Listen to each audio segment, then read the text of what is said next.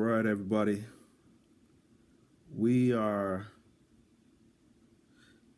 I see an old friend in here. A friend that I haven't heard from in a very long time. Kathy, hey, how you doing, Kathy? Um, we should talk. We should catch up. Okay, everybody. Um, we got about 3 minutes. We'll go live in about 3 minutes. My brother, Ronnie Harris, is going to be joining us. He's been a critical part of our work over the last few weeks around Active Trans and Vision Zero Chicago. So he'll be an important part of the conversation.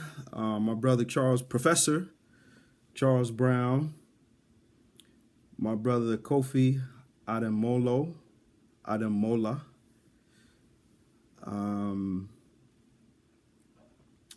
A number of other people have been, actively involved in this work over the last several weeks. They'll be a part of the conversation, and we want to ensure that we give a pretty good overview of what's happened over the past few weeks, how we got to this place.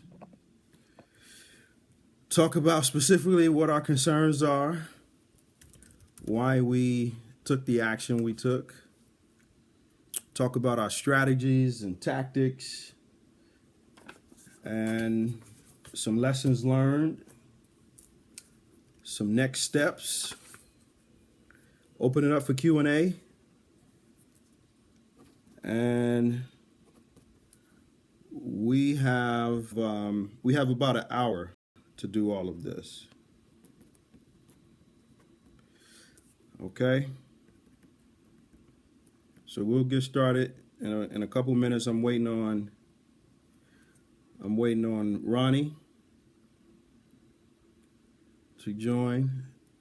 Ronnie, in case you're here, let me know, brother.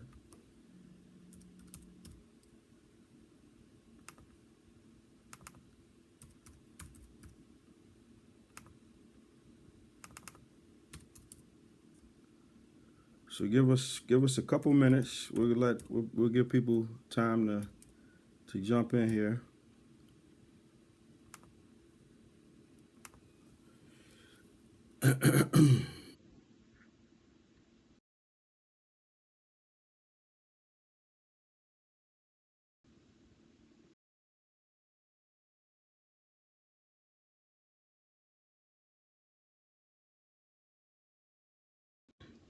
You look like you love a good episode of Dragon Ball. I have no idea what that means. You should see me on Facebook right here. I believe this is Instagram, and this is Periscope. Everybody see me? Any issues? My brother Sean said yes. In case there's any concerns, any issues around quality. Now, internet may not be that good. I'm told that there may be some pixelization in the video. However, the audio is good. Okay. So let's go ahead and start this. Y'all ready to ride? Y'all ready to enjoy? For the folks who haven't rode with Slow Road Chicago, y'all ready to ride? We about to ride. We about to ride out. All right? And the title of the ride is exploring the challenges we have with Vision Zero Chicago and the Active Transportation Alliance. That's the ride. We got a route. We got stops. We got a start and end point. We about to ride these bicycles, all right? All right, y'all. Let's go ahead and get started. All right, so there may be people here that don't know me. So I'll start by introducing myself. My name is Obayi Reed. I am the co-founder of Slow Road Chicago. Slow Road Chicago is a bicycle movement. We ride bikes to make our neighborhoods better. This is why we exist. this is why we ride. We have 3 priorities. We do a community bike ride series. All of our rides are neighborhood based. All of our rides are hosted in partnership with community-based organizations. And we use our ride to tell a story. The route, our partners, the stops tell a story. We want to highlight either the beauty or the challenges which exist in our neighborhoods. We do advocacy. We advocate for 3 things: bicycle equity, respect, and community ownership. We believe that the most effective and efficient way to improve the lives of people of color, communities that are low to moderate income, is through a policy around equity, the equitable distribution of resources. We believe DOTs, city, state, local governments should respect the communities they're attempting to serve, respect their needs, respect their culture, and respect their history, and reflect that culture and history and needs in the programs and services and infrastructure that they bring to the neighborhoods. We advocate for community ownership of the transportation planning process. The process of planning and implementing transportation infrastructure in our neighborhoods should be owned by us. We invite the DOTs into our community to sit down at a table and explore together what that infrastructure looks like and how it's delivered. So we do a community bike ride series, we do advocacy, and we're starting to do a lot more work around working with young people. Just helping young people get engaged in the activity of cycling, help them become better leaders, better organizers, and start to grow the next generation of young people that are doing the work to make our neighborhoods better. So that's a little bit about me. We have my brother here, Ronnie. Now, unfortunately, he's not able to be on the screen. And Ronnie, in the event you can hear me, in the event you hear me, you're not able to communicate with me via text, because when I go to my text messages, I believe it stops my video feed. For now, try to communicate with me on Facebook Live comment section, and I'll try my best to see what you're saying and share it with people. So I've been knowing Ronnie for a few years. Good brother. Has always been committed to equity, racial equity, transportation equity, bicycle equity.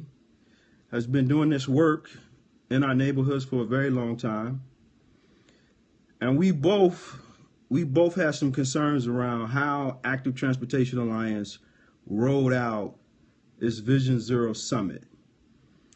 And since we saw the email and invitation from them, we've been working together, organizing to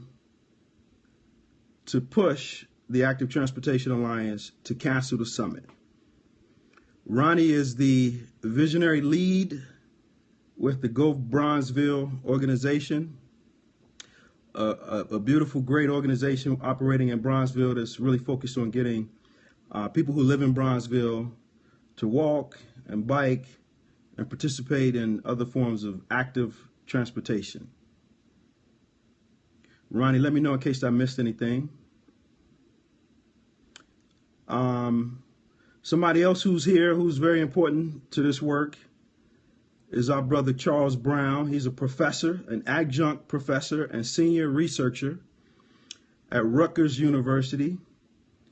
He's internationally respected and well known for the work he does in communities of color, low to moderate income communities, focused on the issue of equity.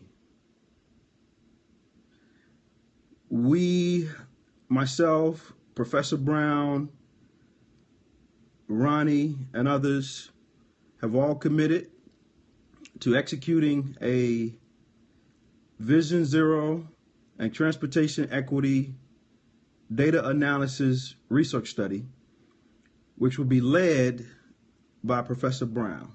So I'm happy to have him here, happy to have him as a part of our work. Also, not sure that he's here right this moment, is Kofi Ademola. He's an organizer with Black Lives Matter. He's been a part of our work over the last several weeks to both push Active Trans to cancel the summit and to organize and come to some consensus around what our concerns are with Vision Zero Chicago. So those are sort of like the four key people. Now, there's a lot of other people that's part of this conversation that has been part of this work, but those are the four key people that I have been working the closest with over the past 3 to 4 weeks. So I wanted to mention them by name. All right, so I want to go through the timeline. And folks, you got questions, jump in. This is a two-way conversation. There's some things I want to talk about. I know there's some things Ronnie wants to talk about. Charles may want to jump in. Everybody, feel free to jump in. All right? I'm going to go through the timeline so that you all understand how we got to this place where we are right now. Slow Road Chicago was founded in late 2014 in Chicago. When we started, we were always clear. Our movement was about social justice, using bicycles as vehicles for social change. Community bike rides were part of our work right from the beginning. Advocating for bicycle equity was a part of our work right from the beginning. All right. I've been knowing Active Trans for a while. I was doing bicycle organizing way before Slow Road Chicago. However, when Slow Road Chicago launched, it kicked my advocacy up into another gear. And I started working more closely with Active Trans. And early on, I would venture to say in early 2015, I don't remember the precise dates, early 2015, I had several conversations with people at Active Trans about the lack of commitment to equity at that organization. These were direct conversations that I had with people at the organization, challenging them to express their commitment to equity in a more deliberate public way. Specifically, I sat in on like a staff meeting, like a lunch and learn kind of thing. They invited me in to learn about the work that we were doing. And towards the end of the conversation, I believe it was Ron Burke, who is the executive director of the Active Transportation Alliance. He said, "How can we help you?" And I'm almost certain there was only one thing that I mentioned to him. Publicly commit to equity. So this goes back at least 2 to 3 years. The conversation with them started at least 2 or 3 years ago about how we need their support around equity in a public way, not in a behind the scenes, closed door in a room when it's only us way, in a public way. All right. In 2015, I started working with the Chi-Hack-Night group.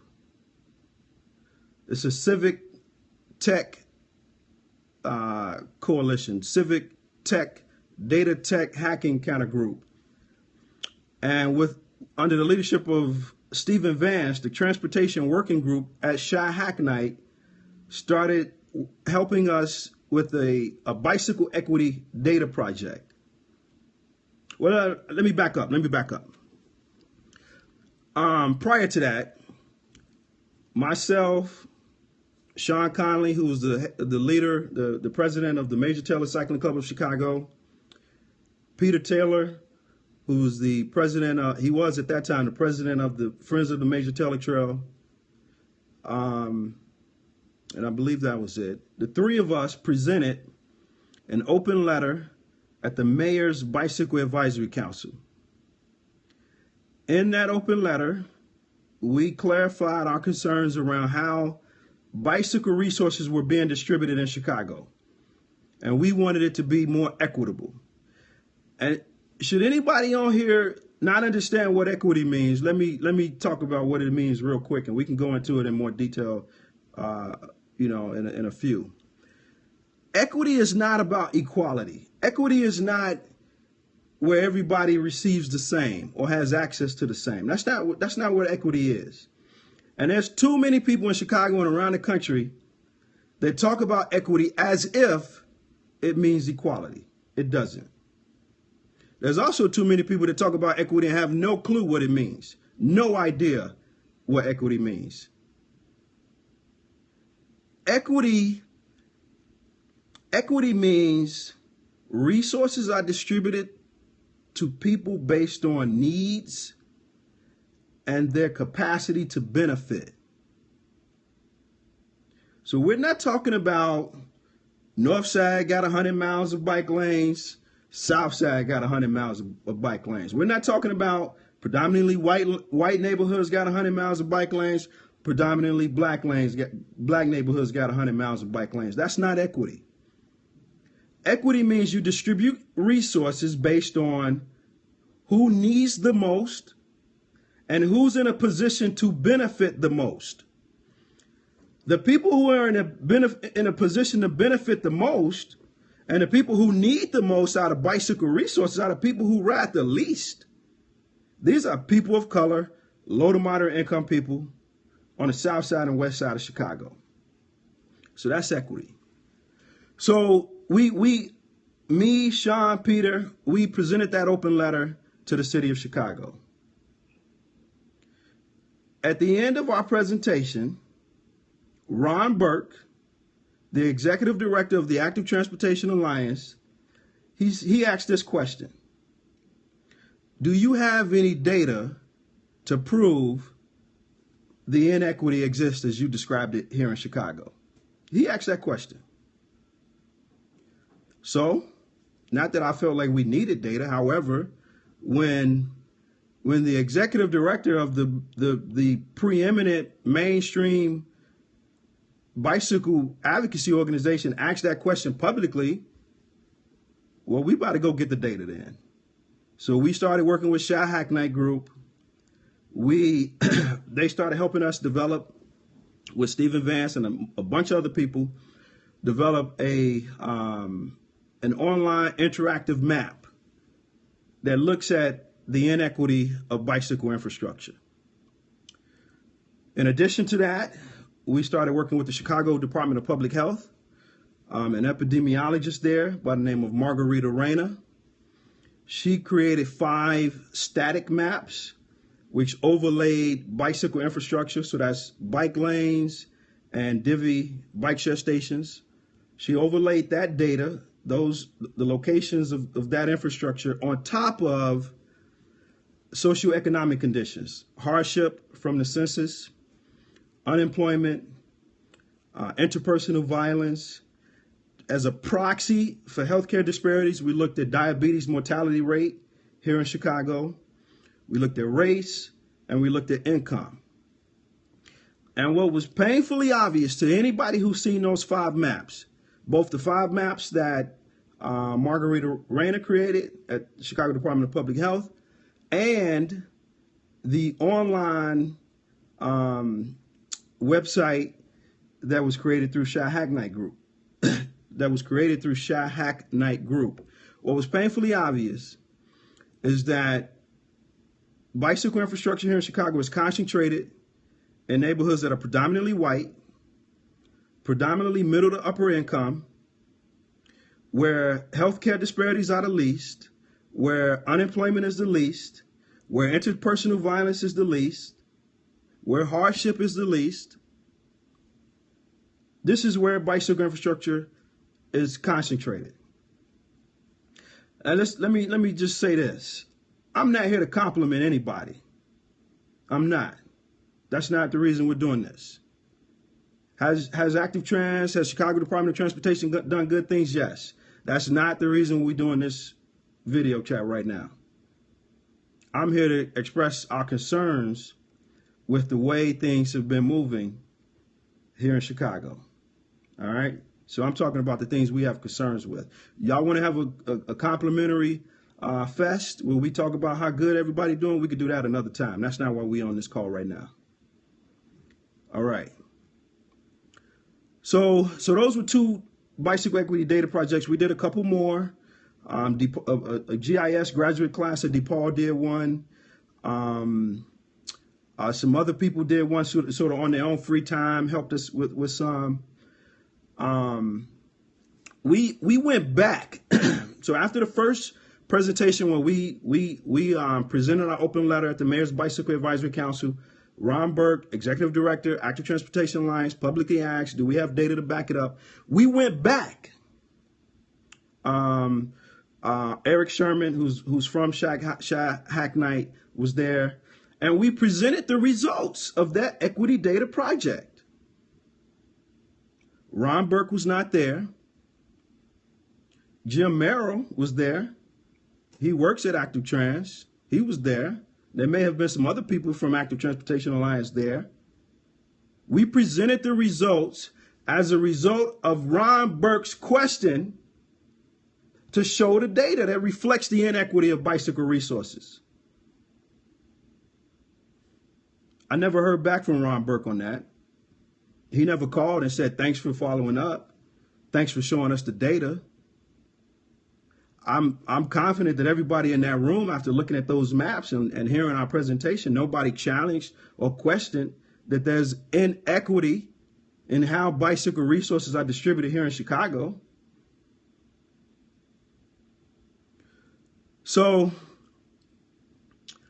we present that information. We start working closely with the city of Chicago, CDOT, both on how to implement infrastructure in Chicago, how to make sure it's equitable. We do some programming. To with Active Trans. they work with us on a number of projects, Big Marsh, a number of projects. We work together with them. About a year and a half ago, I had some health challenges. I took an extended leave of absence and came back about a month ago. Shortly after I came back, I see an email. I probably hadn't been back a couple days. I see an email from the Active Transportation Alliance announcing their Vision Zero Summit. I look at the email and it's obvious some red flags, because what I knew at that time about Vision Zero was that it primarily impacted communities of color and low to moderate income communities. Those were the neighborhoods that were being affected the most by Vision Zero here in Chicago. So I'm looking at this email, this invitation, and some things stand out immediately. It costs $50 to get in. It's on a weekday. It's from 8 a.m. to 12 p.m. It's downtown. And it's obvious. It's obvious to me from the email that there was no engagement with people of color, low to moderate income people who live in the neighborhoods that are being impacted by Vision Zero. That was painfully obvious looking at the email. No question in my mind that that was the case. They had not communicated. They had not engaged people prior to announcing the summit. They had not engaged people in the process of developing and planning the summit. When I saw it, I was concerned about it. So probably 2 days later, myself and brother Ronnie Harris, we were both quoted in an article written by John Greenfield. Some of this information is on our website. You go to our blog, slowroadchicago.org/blog. You'll see some of these articles and links. So John Greenfield writes an article expressing our concerns for the summit as planned by Active Transportation Alliance. And in that article, I I called for the Active Transportation Alliance to cancel the summit, go back to the drawing board, invite community-based organizations, stakeholders, residents who live and work in the neighborhoods being impacted by Vision Zero. Invite them to the table and together develop, plan, and execute a summit that meets their needs, respects their voices, elevates their voices, and ensures that the concerns that they have for Vision Zero are being listened to and responded to. Those were the essence of our quotes, my quote, and Ronnie was quoted as well in support of this position in the John Greenfield article. A couple days later, we're still being told Active Trans is not canceling the summit. So probably 2 or 3 days later, I wrote a blog post laying out in what I consider a very rational, pragmatic list of reasons why their approach was flawed. And probably within a day or two, we learned that they were canceling the summit. Now, it's a small win. It's a small step. We give them credit for taking that step. This was a fundraising event. It wasn't easy to cancel. They had people who had registered and paid the $50. They had companies who had purchased sponsorships. They had reserved a room. They probably had made plans for food or what have you. So we're not taking it lightly the fact that they canceled it. That was a big step on their part. It wasn't an easy decision, I'm certain. We appreciate it. We feel it was the right decision. However, they shouldn't have went forward with it in the first place. Somebody at that organization should have said, wait, something wrong here. No engagement with the people being impacted.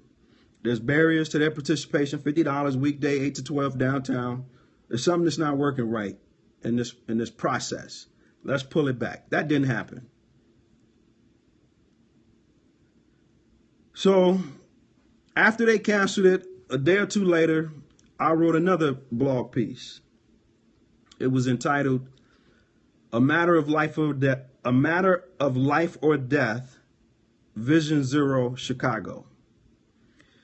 And in that article, with the help of Ronnie, Professor Charles Brown, Kofi Ademola, and several other people, we made the case for why the approach of Active Trans was flawed and potentially deadly, why the approach of the city of Chicago and its implementation of Vision Zero Chicago was wrong and potentially deadly, and why the mainstream Vision Zero network, community, group of activists and advocates around the country is potentially flawed. There were several things about it that we identified. One, the root cause of all injustice in the U.S., the root cause of all injustice here in the U.S. is structural racism. And we're not hearing structural racism as a part of the national conversation around Vision Zero. Structural racism leads to injustice. It leads to healthcare disparities. It leads to unemployment. It leads to people of color being marginalized and disenfranchised. It leads to interpersonal violence. It leads to driving behaviors which may lead to death. All injustice is born out of structural racism. What the national Vision Zero community is doing is addressing the symptoms, not the root cause. They're addressing texting and driving. They're addressing running red lights. They're addressing speeding. All of these are dangerous behaviors, and they need to be rectified. They need to be curtailed because they lead to traffic deaths. However, only addressing the symptoms does not do anything about the root cause of those symptoms. Why are people poor? Why are people rushing? Why are people distracted? Why do people not care? Why do people have healthcare disparities? Structural racism. Now, for some, that may be uncomfortable. It's not polite conversation. Here's the thing, though. Here's the thing about the city of Chicago.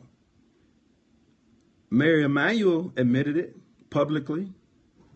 The mayor of the city of Chicago publicly said there's racism in the city of Chicago, in city agencies, in the mayor's office. He said that publicly.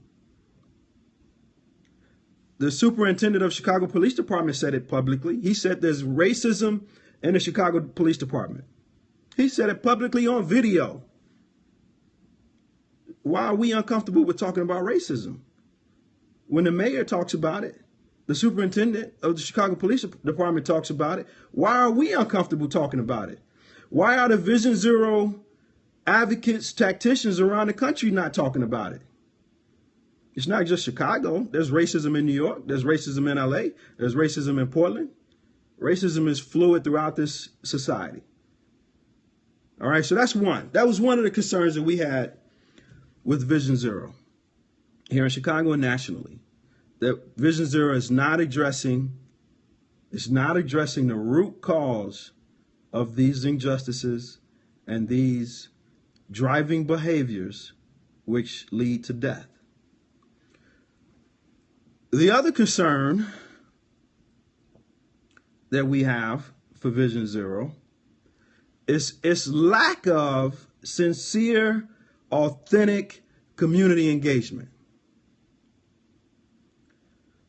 Most of the time, where traffic deaths are the highest are in communities of color. Naturally, that's where Vision Zero is focusing, in communities of color. The challenge we have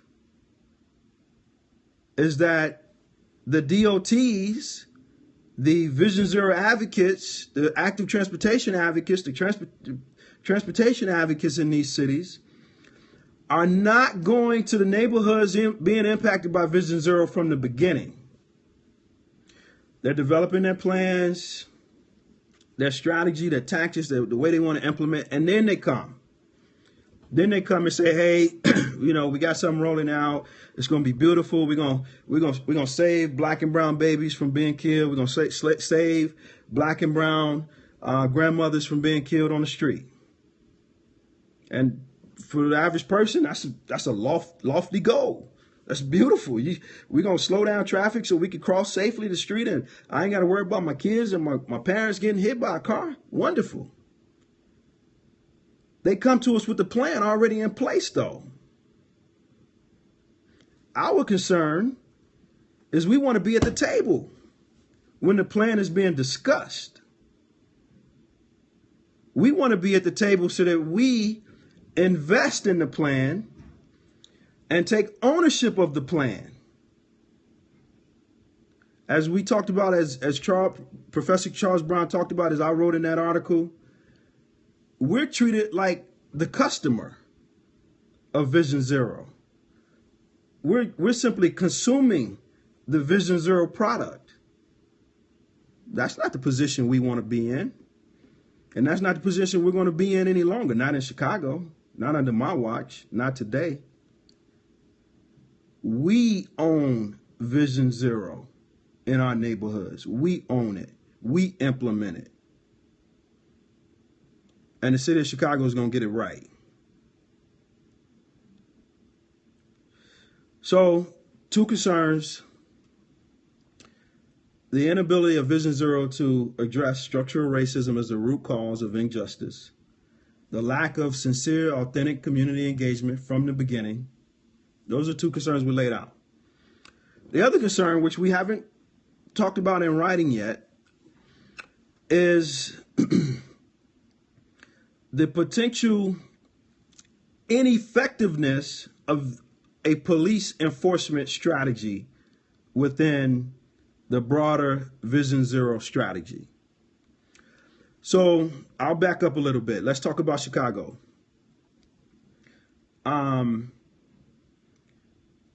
Everybody has seen the videos, the articles, which show unjust murder at the hands of the Chicago Police Department. I've personally experienced it, over-policing, police abuse. I've witnessed it. My co-founder, Jamal Julian, has witnessed it, has experienced it. We born and raised on the south side of Chicago. We've seen it. We know what that looks like. We know what that feels like. So these videos have been coming out. These articles have been coming out over the past several years.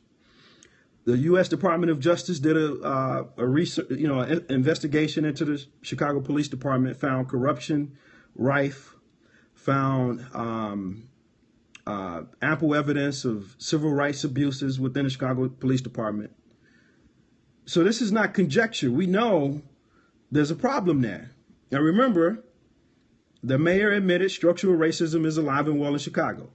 The Chicago Police Department admitted, the superintendent of Chicago Police Department admitted racism is a part of Chicago Police Department. So we're willing, with that context, to make police enforcement a part of Vision Zero, when Vision Zero is targeting the precise, marginalized, disenfranchised communities of color that have the most risk associated with the Chicago police. That's not, we don't want increased police interaction in our neighborhoods. Not as a part of Vision Zero, not until racism is dismantled within the Chicago Police Department. So our concern is around police enforcement as a component of Vision Zero. You want to do police enforcement, go do it in Lincoln Park. Go do it in Lakeview. Until racism is dismantled, until corruption is wiped out in the Chicago Police Department, we do not want increased police enforcement as part of Vision Zero. And one of the reasons we're confident in saying that is because there's evidence, there's research that shows the inequity in how Chicago police and police departments around the country engage with people of color.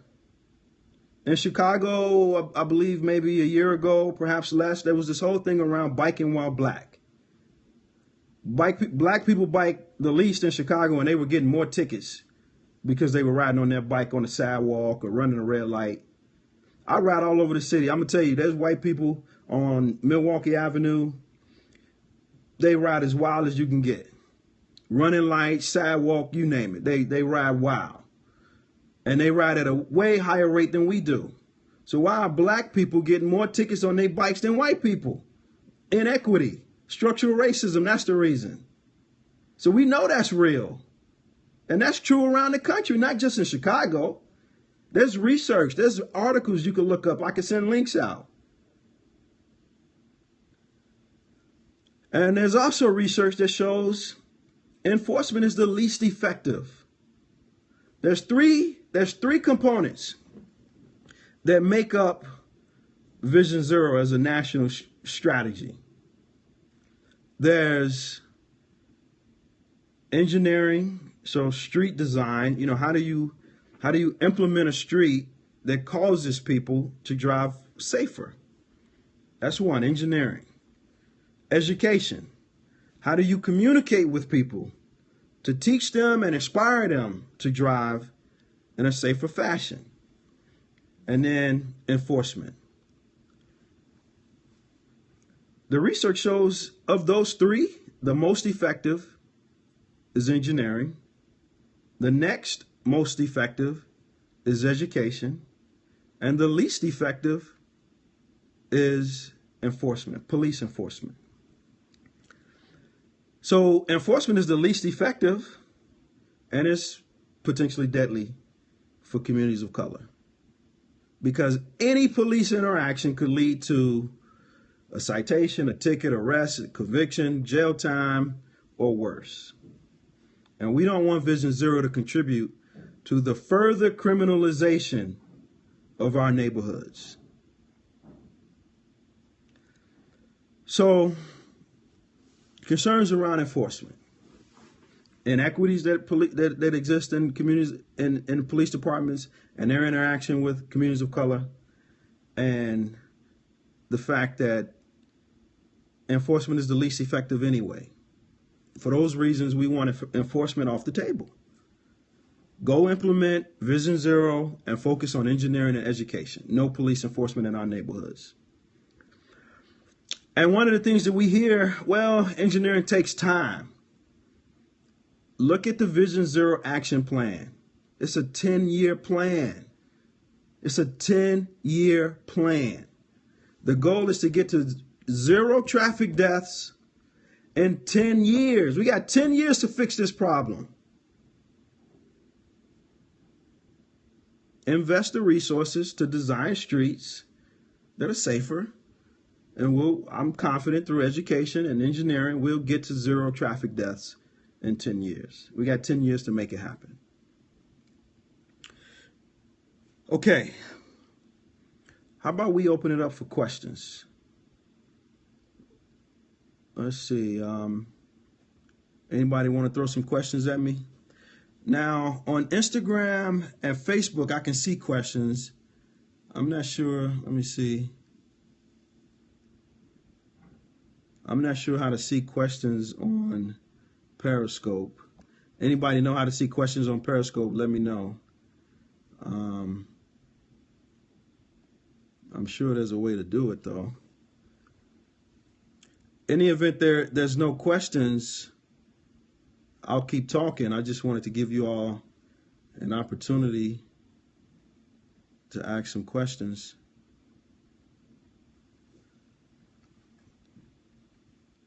I don't see any. Hopefully we're still on here.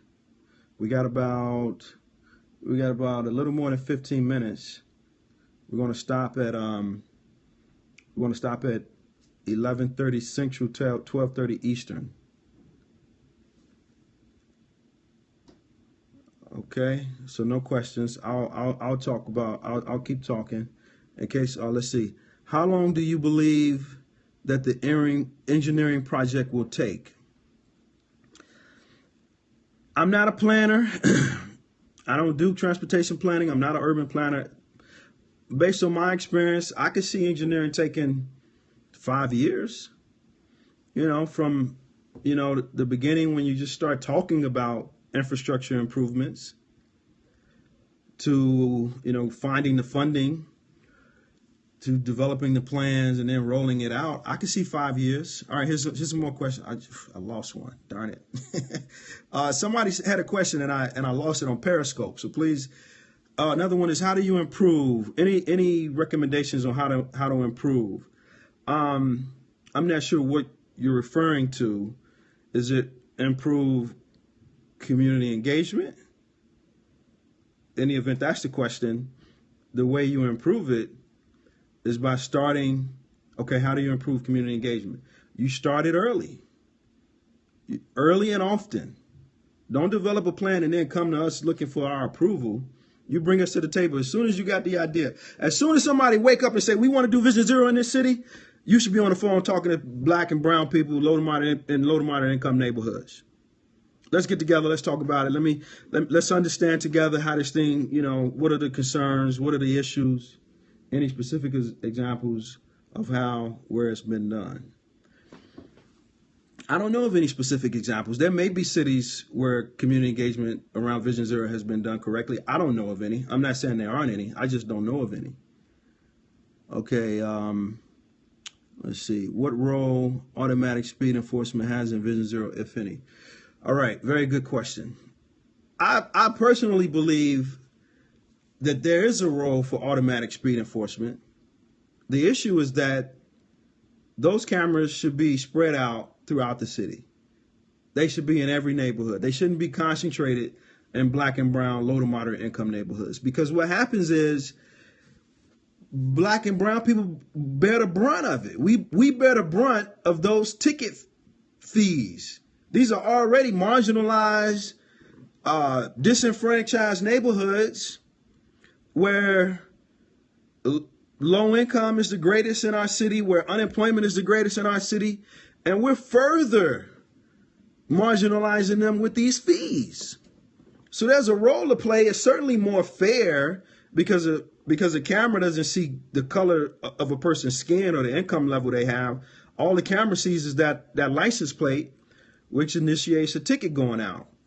So there is a role to play. You know, I'm not 100% supportive of the cameras, but I'm saying that does address our concern about it being fair and just. However, don't concentrate those cameras in our neighborhoods. Put them all over the city. Make sure every neighborhood got them when you roll them out. All right. Any other questions? We got about 15 minutes. So I do want to talk a little bit about some of the things that we did. Oh, here's one.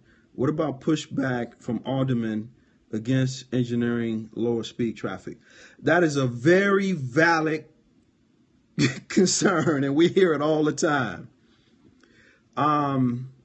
Vision Zero advocates, mainstream transportation advocacy organizations, DOTs, and us as black and brown people who want our neighborhoods to be safer, who want our neighborhoods to be more bikeable and walkable. We all have to do a better job of communicating the benefits of a more livable neighborhood. I don't blame black and brown people for wanting to get in and out of their neighborhoods quickly. I don't blame them for that. I don't blame black and brown people for mostly focusing on reducing violence. I don't blame them for that. Those are the priorities, and they should be priorities. But what we're saying as a community-based organization that understands the benefits of cycling is that we have to have a comprehensive approach. That's what Vision Zero is. It's a comprehensive approach to reducing traffic deaths. Well, we need a comprehensive approach to reducing violence. We need a comprehensive approach to reducing healthcare disparities. We need a comprehensive approach to creating jobs. And cycling has a role to play in all three. So it should be a part, cycling, walking, more livable communities, the reclamation of public space. They should all be a part of our collective toolkit to improve our neighborhoods. And our experience with aldermen, with elected officials, with community-based organizations, with stakeholders, is that when we talk about these benefits in this context, to expressly benefit our neighborhoods, and those same people experience the activity of cycling by coming on our rides, by working with us, organizing the rides, that they are then supportive of the engineering that's necessary to make streets safer. All right. Okay, so some of the strategies and tactics that we executed over the last few weeks that ultimately resulted in Active Transportation Alliance canceling their summit. We went public. We went public early and often. Streets Blog Chicago, blog posts on my website, tagging, tweets, Facebook posts, Tumblr, Instagram. We went public. It wasn't something that we were willing to do behind closed doors. It was public. And what that did was that brought people into the conversation here in Chicago, around the country. People saw the tweets, they saw the Facebook messages, they saw the website, and they joined the conversation in the comment section on the articles, on social media. There were people retweeting, sharing. You know, it elevated beyond me and Ronnie It elevated beyond, some black and brown advocates in Chicago into a national conversation. And it's hard to ignore. It's hard to ignore when it's national. It's also hard to ignore when some of the folks who are challenging this stuff, who support our position, are white. It's easy to ignore when it's only black folks, expressing concern. When white allies come and are willing to publicly put their reputation on the line to voice their concern and voice their support for our position, it's harder to ignore. It's harder to ignore when some of the people who voice their support have relationships with Ron Burke, have relationships with Randy Neufeld, have relationships with Active Transportation Alliance, either current board members or former board members, either currently financially supporting Active Transportation Alliance or used to support, in a financial way, Active Transportation Alliance. And that's what we started seeing. We started seeing support from people who have strong connections to Active Transportation Alliance. Local support, national support, support from white allies, support from people who are connected to Active Transportation Alliance. All of that started bubbling up. And then, to elevate it even more, we reached out to two groups. At a national level, we reached out to two groups. The Policy Links Transportation Equity Caucus, a national group of people who are centered around transportation equity, and we asked them to get involved. We also reached out to the National Bike Equity Network. It's an email listserv created and managed by Donia Lugo. And we asked her to get involved. We asked the Bike Equity Network to get involved. And some of them started tweeting and sharing on Facebook and raising this issue up. We reached out to Black Lives Matter, Kofi Ademola. He got involved. We started talking with black and brown people all over the city of Chicago. Black and brown people doing this work, working in neighborhoods, living in neighborhoods. Excuse me. And they got involved. And I can't speak for what Ron Burke was thinking in his head. I can't speak for what Randy Neufeld was thinking in his head, or anybody at Active Transportation Alliance. I'm confident, though, that pressure, local, white, national, moved them to do the right thing. We're not easing up on the pressure. We're going to continue to push the Active Transportation Alliance to commit in a public, deliberate, practical way to equity. Now, they recently released a blog post. You can check it out on their website. It's from the four people on their board that's in leadership positions. It's fine. Release the blog post. There's something wrong at the organization that allowed that summit to go forward in the first place. There's a blind spot. There's implicit bias. There's structural racism. This is not personal. It's not personal. My comments have nothing to do with my personal feelings about Ron or Randy or Melody or Jim or anybody else at that organization. The mayor said it. There's racism in Chicago.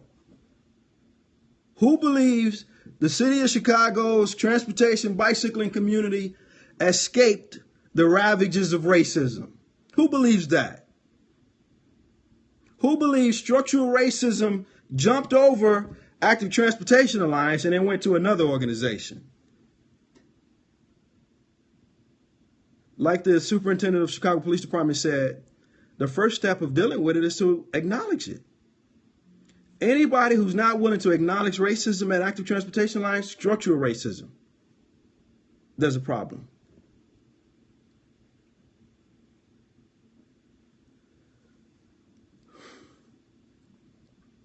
So we're going to continue to push Active Transportation Alliance. We're going to continue to push the city of Chicago. We want Vision Zero to do more good than harm. And we're concerned about a Vision Zero enforcement component doing more harm than good. We will take ownership of Vision Zero. We'll take ownership of its development, its planning, and its implementation in our neighborhoods. Okay. I'm hoping I'm still live on all these channels here. So, hey, we got about 5 minutes. I know some folks had questions. Let's see. Has anyone from Active Trans reached out to you or any other community advocates about planning a new summit in a more inclusive manner? Yes, people have reached out. And we're still thinking about exploring. The question was, has Active Trans reached out to us since they canceled? Uh-oh. All right. Periscope. Instagram ended. Let me try to get it back real quick. I'm going to just start it back up real quick. And then we got like 4 minutes.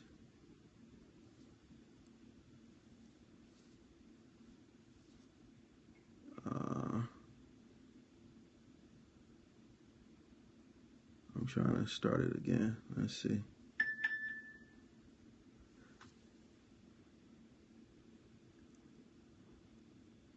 I need some young people to come help me with this with this social media stuff. Your video will be available soon. How do you? Oh wait, maybe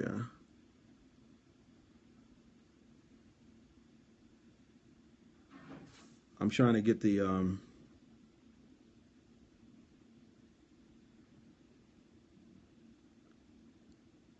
I'm trying to get the Instagram back up, and I'm not seeing how to do it. Okay. Oh wait, here we go. Once it come back up, we got like 3 minutes, and then we'll close it out, y'all. We'll do this again should folks be interested. All right, so Instagram is back up, hopefully. All right, so the question is, has anybody reached out from Active Trans? The answer is yes, they've reached out. What we're exploring on our end, this is me, Ronnie, a few other people involved in the conversation, is how do we want to engage with them? How do we want to engage with Active Trans to execute, plan, develop, and execute a summit that that is inclusive from the beginning? Oh, I'm seeing a lot of questions that I missed here. Okay, I hadn't been seeing the Facebook comments. Hey, my apologies, y'all. So how about this? How about this? Because we got 3 minutes. How about this?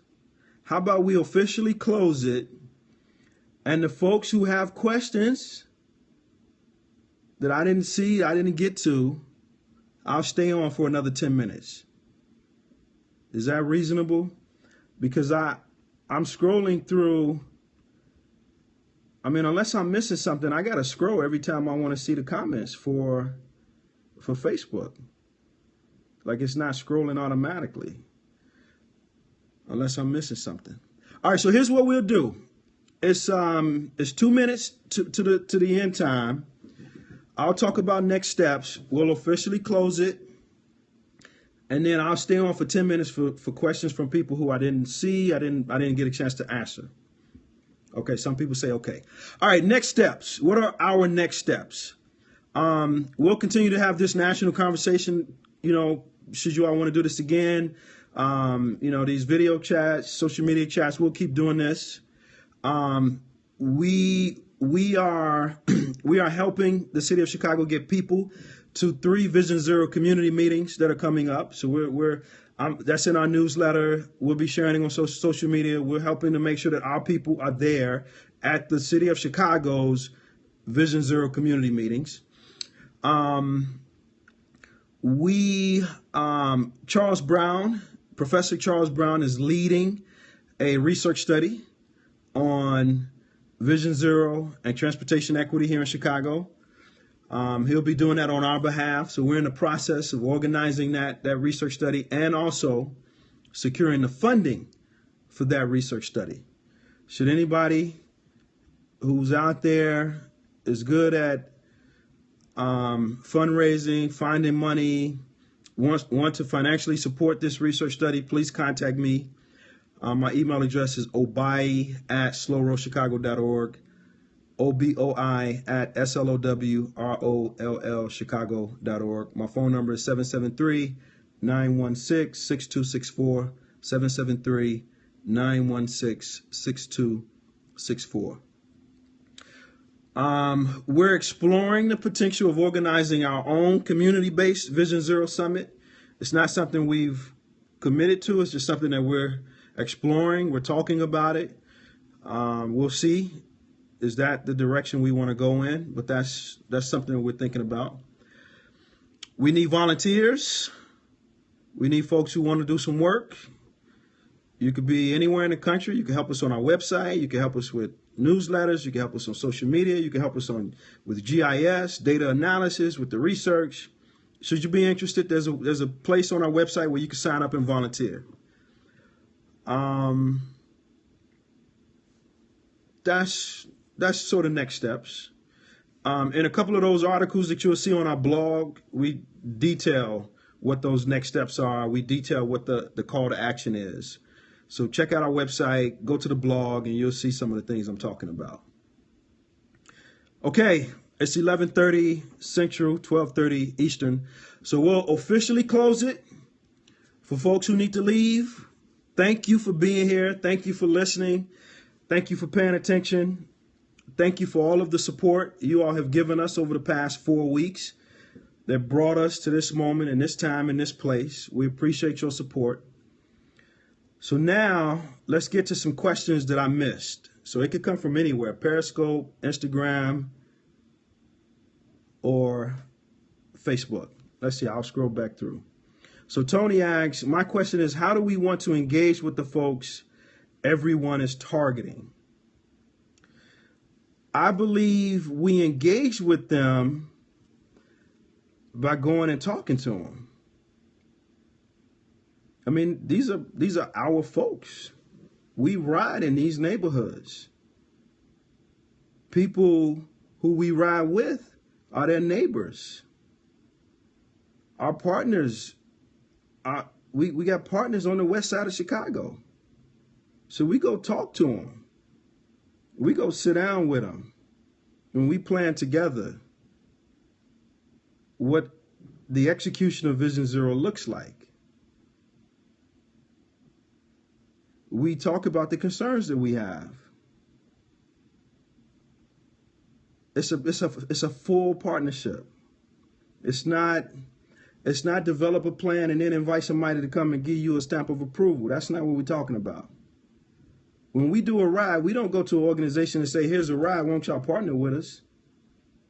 We go to an organization and say, hey, we want a ride, let's talk. And together we plan it and execute it. Okay. Any other questions? I'm scrolling through. In case you got some questions that I missed, let me know. And Tony said we need them doing outreach. Completely agree. People in the neighborhood should own Vision Zero. They should execute Vision Zero. So completely agree. Outreach, planning, all of the things that make Vision Zero work should be led and executed by people in the neighborhoods that it's serving. Okay, I'm scrolling through here.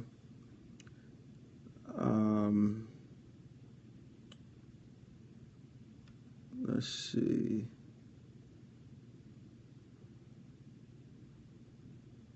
Okay, so Tekka Lark asked, so the precise language Active Transportation Alliance used when they canceled the summit was they said postpone. So Tech-A-Lark asks, is delaying the summit enough, or do we want it canceled? We've always maintained we want it canceled.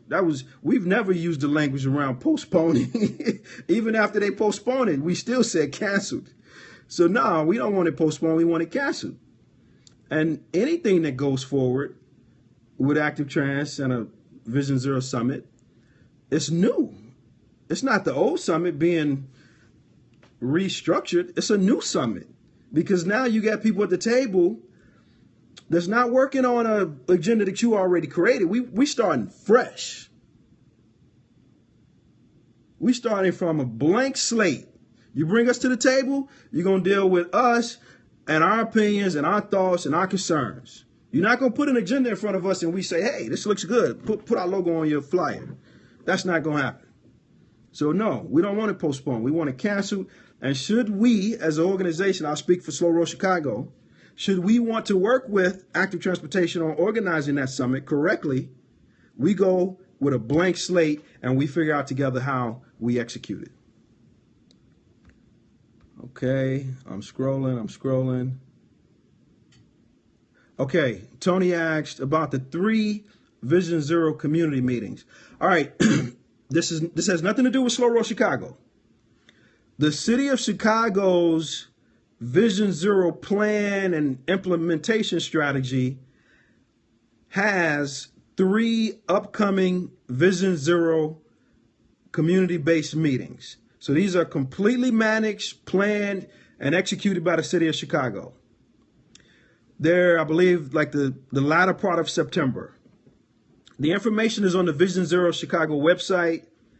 There's a Vision Zero Chicago Facebook page. And it's in our most recent newsletter. Should you find our newsletter on our website, you should see a link to past newsletters. You go to our newsletter, the most recent one, and you'll see at the bottom of the newsletter the days and times and information about those Vision Zero community meetings. So the purpose of these meetings is for the city of Chicago to present their Vision Zero plan.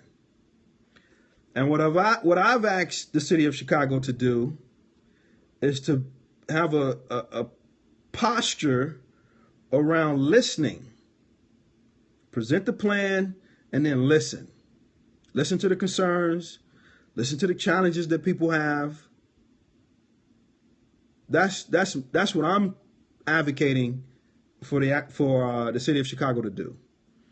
So those 3 meetings are coming up. For anybody who wants to participate or get the word out, we believe it's important for our folks, black and brown, people who live in the neighborhoods being impacted. And this is all West Side.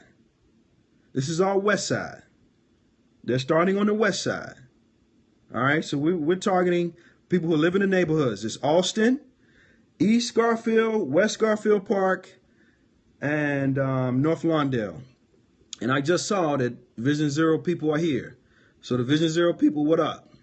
We need to talk. Any event I missed any neighborhoods, let me know. East Garfield, West Garfield, Austin, and North Lawndale. So that's sort of where we're focusing right now, to make sure that those people in those neighborhoods are at those community meetings and ready to talk about the concerns and the challenges that they have with Vision Zero being rolled out in their community. Okay, Vision Zero people said it's a listening exercise to hear from the people in the neighborhood, not to present the plan. Okay, I take that. That's good. I'm glad to hear that. Although people in the neighborhood need to understand the plan. That's a conversation we can have offline, though. Okay, any other questions? All right, y'all. Hey, somebody tell Facebook to make this thing scroll automatically. I'm seeing all these questions after I scroll. All right, let's see.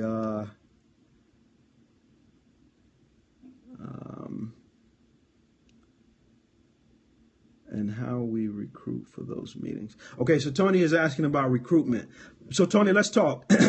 I'm specifically helping get people in those seats. I know some other people are. Let's talk about strategies to make sure that we got packed houses at all of those community meetings.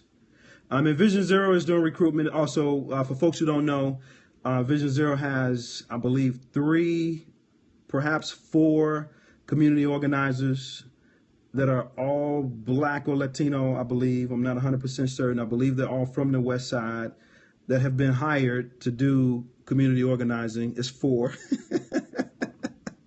Thanks, Vision Zero. It's 4.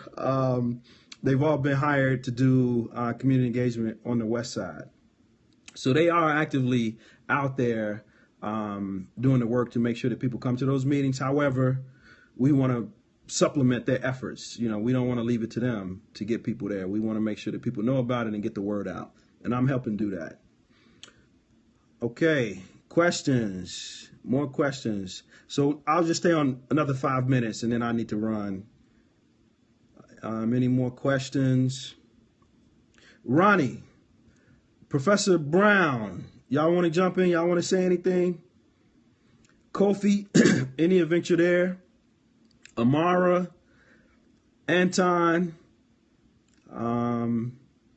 anybody else? You want to jump in? Let's take 5 more minutes. Let's take 5 more minutes and then we'll move on. And like I said, we'll do this again should people be interested.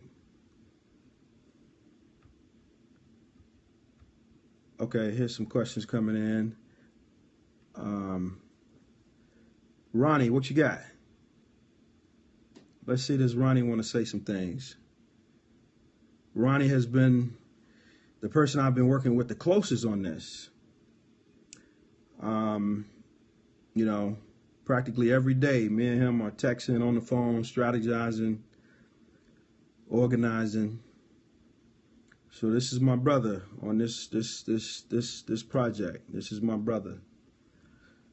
Ronnie, you want to jump in? Professor Charles Brown, you want to jump in? Kofi, Anton, Amara, anybody, anybody with questions, comments, feedback. For folks who don't know, Policy Link, it's a national organization focused on equity. All types of equity, racial equity, social equity, healthcare equity, transportation equity. Their biannual or so equity summit is in Chicago in April of next year.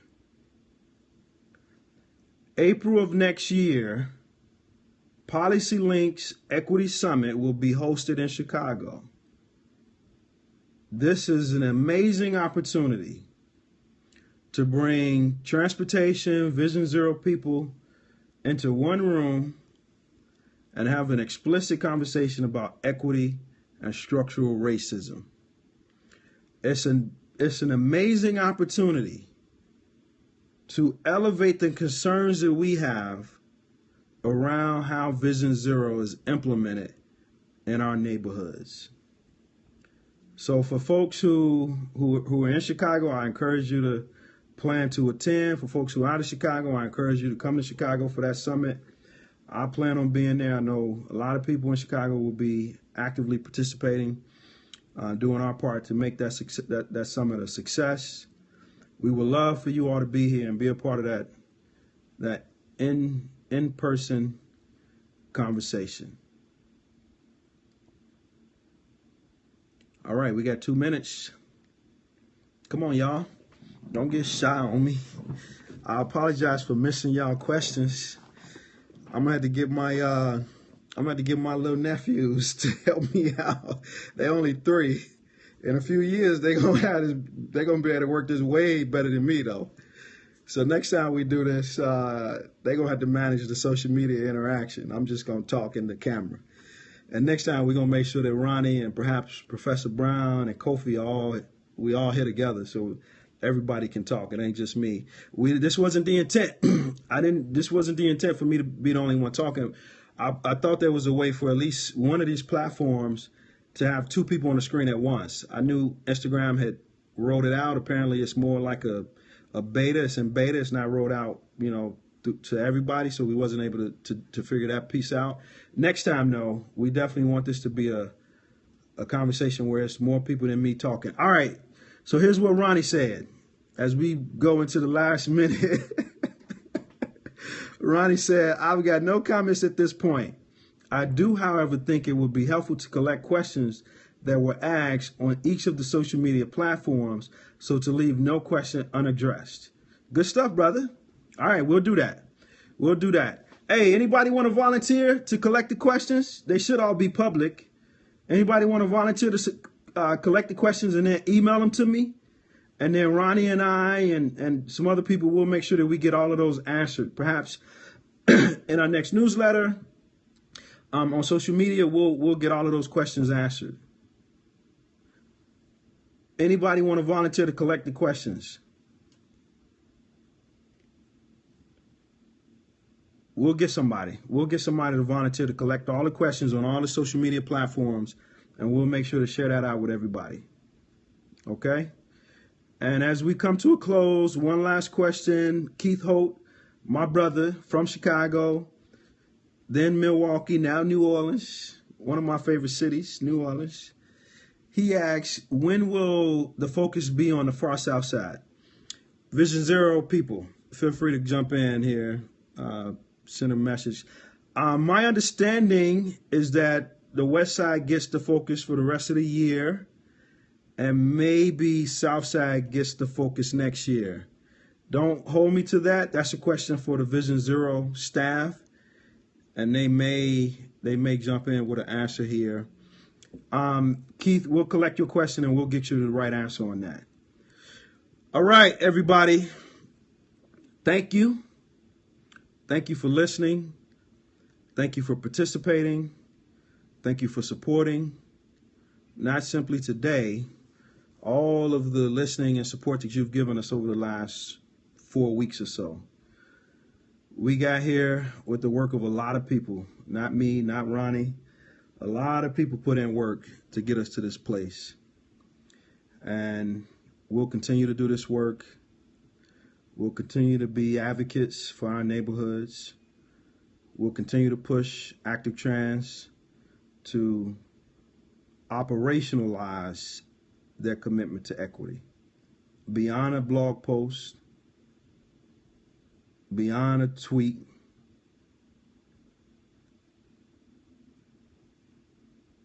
it's operationalized within the whole way the organization operates. We'll continue to advocate for equitable distribution of bicycle resources with CDOT, the Chicago Department of Transportation, with IDOT, the Illinois Department of Transportation, and the U.S. Department of Transportation. As I always say, we measure our progress in inches, not miles. This is difficult work. However, it's the work we choose to do. Slow Road Chicago, let's ride. Thank you. We'll see y'all soon. Peace.